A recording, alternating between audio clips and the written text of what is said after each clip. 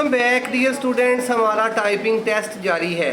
जी बेटा आप अपना तारुफ करवा दें। मेरा नाम हिनांशी है, मेरा ये फर्स्ट टाइपिंग टेस्ट है। फर्स्ट टेस्ट है बेटा। एक क्वेश्चन भी आपसे पूछना है। आप हमें ये बताएं कि माइक्रोसॉफ्ट वर्ड में बनी हुई फाइल को क्या कहते हैं? डॉक्यूमेंट। डॉक्यूमेंट। शाबाश, ठीक है जी, आप लिखना स्टार्ट करें।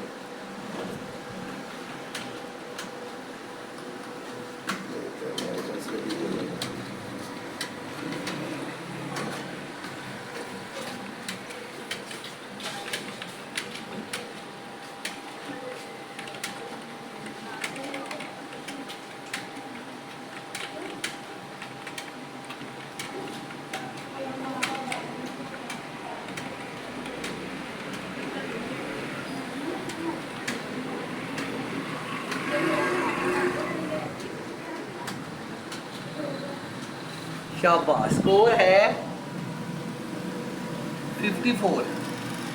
यस शाबाश बेटा, आपका 54 स्कोर है। इस हिसाब से जो कि 50 से ज़्यादा नंबर है, तो आपको 25 में से 25 नंबर पूरे दिए जा रहे हैं। शाबाश, थैंक यू।